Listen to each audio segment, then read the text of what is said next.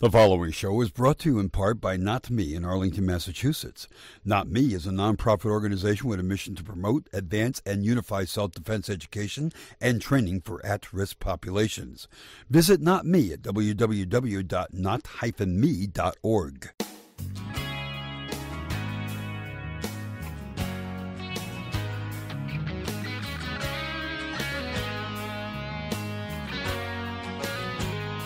From the world headquarters of BaseNet Internet Television, with reports from Arlington and Boston, Massachusetts, to Los Angeles, New York, San Francisco, and everywhere in between.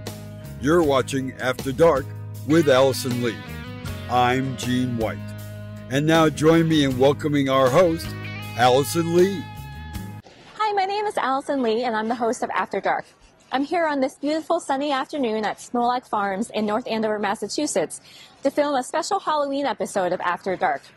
In this episode, we'll be taking a look around the farm and seeing what kinds of activities they offer. From picking apples, to feeding farm animals, to hay rides, to romping in pumpkin patches. And later on, the After Dark correspondent Herb Fuchs will be interviewing Michael Smolak, the owner of Smolak Farms. And maybe yours truly and the rest of the After Dark crew will go on a hayride. I like to see the animals. I'm an animal lover personally, so. Are you having fun today? Yes. Yes? Well, today we came for the apple picking, and then we're just kind of looking through the pumpkin patch today. Picking apples. Apples, face painting. The New England Apple Growers website has some interesting information about how apple trees are grown. Surprisingly, the seed is only half of the apple tree. The seed itself planted will not do anything unless it's pollinated by a bee from another neighboring tree. So under those conditions, you really never know what variety you're going to get on that tree. However, the apple growers have come up with a rather extensive grafting process in which all of the trees will be the same breed. However, that process takes about 3 to 4 years before new trees can create apples. Once an apple tree is producing apples, however, it will live for over 100 years, although most farms will only utilize them for 20 to 30 years. Still a very, very long amount of time to reap rewards from the growth of an apple tree. You turn it on and it actually drops a donut. Okay. I'll wait till it's over. See how it does it? Oh my goodness. It drops one. It comes over here and then when it gets here, see how it flips them on the other side. Oh, okay. And then the finished product in it. See, now watch. So it put one side. Yeah. And now it's going to flip it to put the other side. So they just come out here and they finish them in whatever flavor. Go that way if you want. Look in the store. Peter Pan hayride, and we fed some of the animals, but we might go back to see some more animals, and maybe play. And food animals. Animal. He wants to feed the animals. Oh, yeah. Food and food. Yeah. Yeah, So I think those would be our. Oh, and the pumpkins. We have to go in the pumpkin patch. Yeah.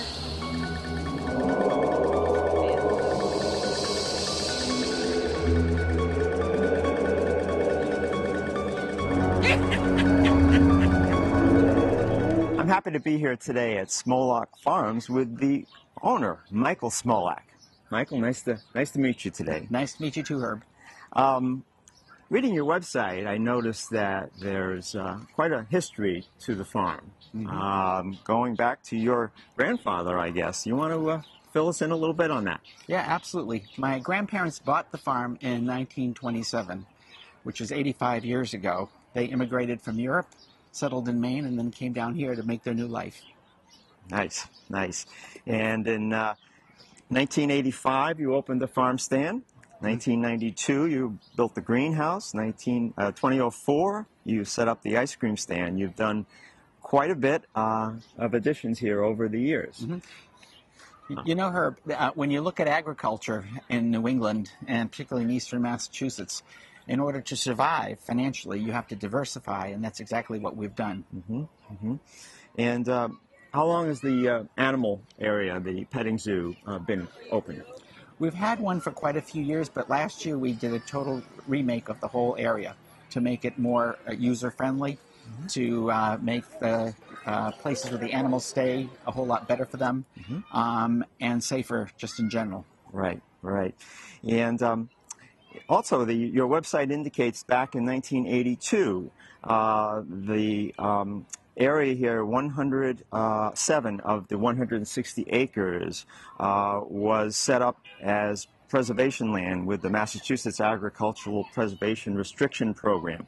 Were you involved at that point, and what was your thinking at that point? Very, very involved. The Commonwealth of Massachusetts, in their wisdom, saw that farmland was disappearing very, very quickly because all this land that you see that's so beautiful would also make beautiful house lots, and at a premium price. Right. So what they decided to do is to buy the development rights to the property and hold them in perpetuity, so that everything that you see here will remain as it is in perpetuity. That's a real benefit for the people who live and come here every year. And I assume you get a lot of repeat visitors here every year. Do you? We do, but the locals stay away on the weekends because it gets a little too crowded in September and October. But that's okay. That's one of the problems it's one of the nice problems to have when you get too big a crowd, because it's a gorgeous area. You have a number of events that you special events other than the apple picking and the pumpkin picking that you have during the year. Family farm festivals, American Girl Tea. There was one. Great pumpkin weekend with that. I guess that's this weekend, and All About Apples with Johnny Appleseed. Are there any of those that you might want to just highlight to folks who might want to catch it next year? Sure. We have for Johnny Appleseed, Jonathan Chapman, who was at Johnny Appleseed, came from Leominster, Massachusetts, and so he, according to myth, he went spreading the folklore of the apple tree through the Midwest, which is a wonderful story. The truth of the matter is that in order to secure property rights, you needed something identifiable. So what he was just doing was staking claim. So we have an actor that comes out here, a guy who has a pot on his head, he has seeds that he gives out, and he does a whole skit talking about Jonathan Chapman and the importance of apples and that time period. And the reason why apples were so important before is that they were made into hard cider. And in colonial times, sanitation maybe wasn't as easily obtained as it is now. So the most reliable source of something potable was hard cider. Wow. Because you wouldn't get sick from it. Oh. You just get a little happy. Who knew? Absolutely. Speaking of apples, how many varieties of apples do you grow here? We probably have probably about 40 to 50 different varieties.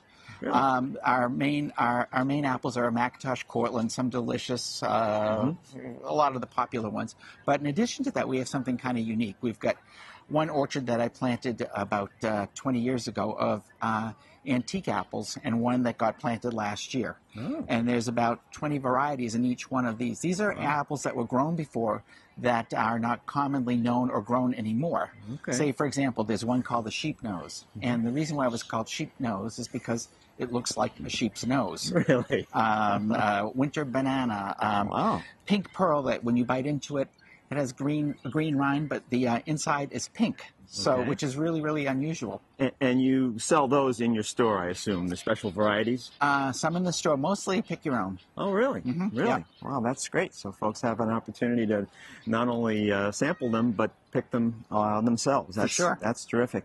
There's been a lot of talk this year about the effect of the weather conditions that have been sort of extreme this year in terms of hot and cold and dry and wet. How has that affected your farm here and growers in New England in general? Well, I can say for us, we've been fairly lucky compared to a lot of the other farmers, not just in Massachusetts but also nationwide. There was a great heat wave in April that the temperature went up to 80 degrees. It was an advanced season anyway, and then there was a very hard freeze. And when you have a hard freeze, that might take out a lot of your crops. For example, on our farm, the one thing that it did affect was our strawberry plants. They came up and were growing beautifully, and then it got down into the low 20s, and it froze them. Really? And I thought they were all gone. Right. But Mother Nature's pretty nice. She provided us with not a full crop, but maybe a third of a crop. So which is better than nothing. And then that's of the strawberries or the apples as well? Just the strawberries and that. But in terms of the apples, say, for example, Michigan lost pretty much most of their, nearly all of their fruit and berry crops, except for blueberries. Indiana, the same. Western New York State, the same. Massachusetts, it was sporadic. Right. But even with that, places like Washington State lost half of their crop about a month and a half ago due to hailstorms. So you must definitely have an interest in meteorology and the weather during growing season, I assume. I sleep with it. I wake up in the middle of the night because with a business like this, if it was rainy, you see all these nice cars out here, they wouldn't be here today. No, they wouldn't. No, they wouldn't. You know, on your website, you list the nutritional value of apples, and I noticed that 0 fat, 0 cholesterol, 0 sodium, 5% of your daily requirement of potassium, 7% carbohydrate, 20% fiber, 2% vitamin A, 8% vitamin C, and 2% iron, and only 80 calories in a medium apple. So my last question for you today, is there really any validity to the idea that an apple a day really keeps the doctor away? Very interesting question. And it's more interesting with the facts that you just gave me. None of those point to the real cause of where that came from. In apples, there is pectin, which is a natural antibiotic.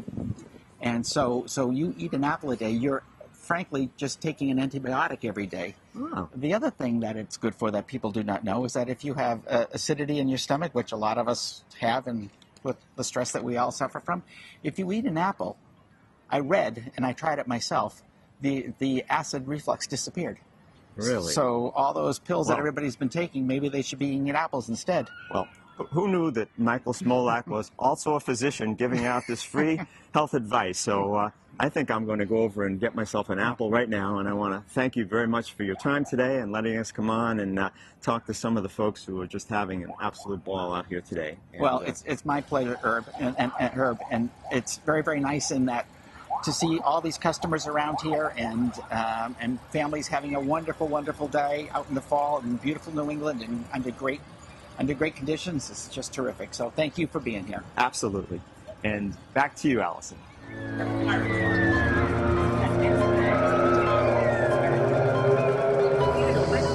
is the After Dark crew at Smolak Farms. We're about to go on a K-run.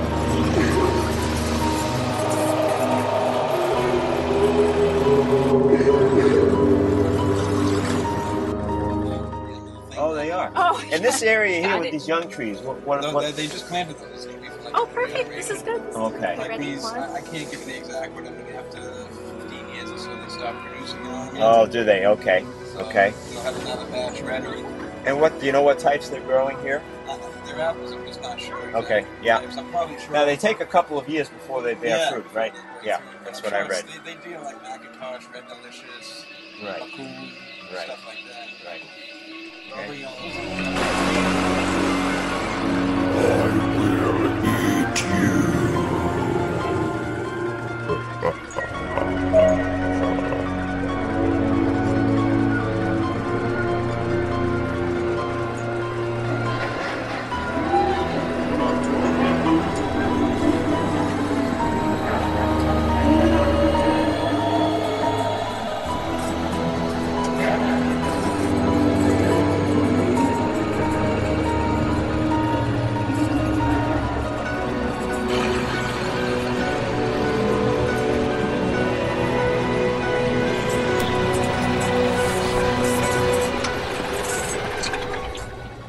You got another character here, and you are? I am the lost boy. Oh, Lost Boy. That's so funny. We hope that you're found. Someone found It looks picked pretty clean, Yeah, though. it is. Unbelievable. I mean, you can see like this. Yeah, I can still see a little bit, yeah. Peaches and plums come out at the same time as apples, too, or? Yeah. We've had a great day here at the farm. I'd like to extend a special thank you to Michael Smolak, the owner of Smolak Farms, for inviting us here and for also participating in our interview. I'd also like to thank Rusty, our tour guide here at Smolak Farms, for showing us around and giving us an in-depth tour of the kitchen where the cider donuts get made. And I'd also like to thank Herb for joining me today. From Smolak Farms in North Andover, Massachusetts, this is Allison Lee, and we'll see you next time. Thank you for watching After Dark. From Arlington and Boston, Massachusetts, to Los Angeles, New York, San Francisco, and everywhere in between, we have you covered. From the world headquarters of BaseNet Internet Television, I'm Gene White. On behalf of myself, our host Allison Lee, and the rest of our staff, thanks for joining us. And we'll see you next time.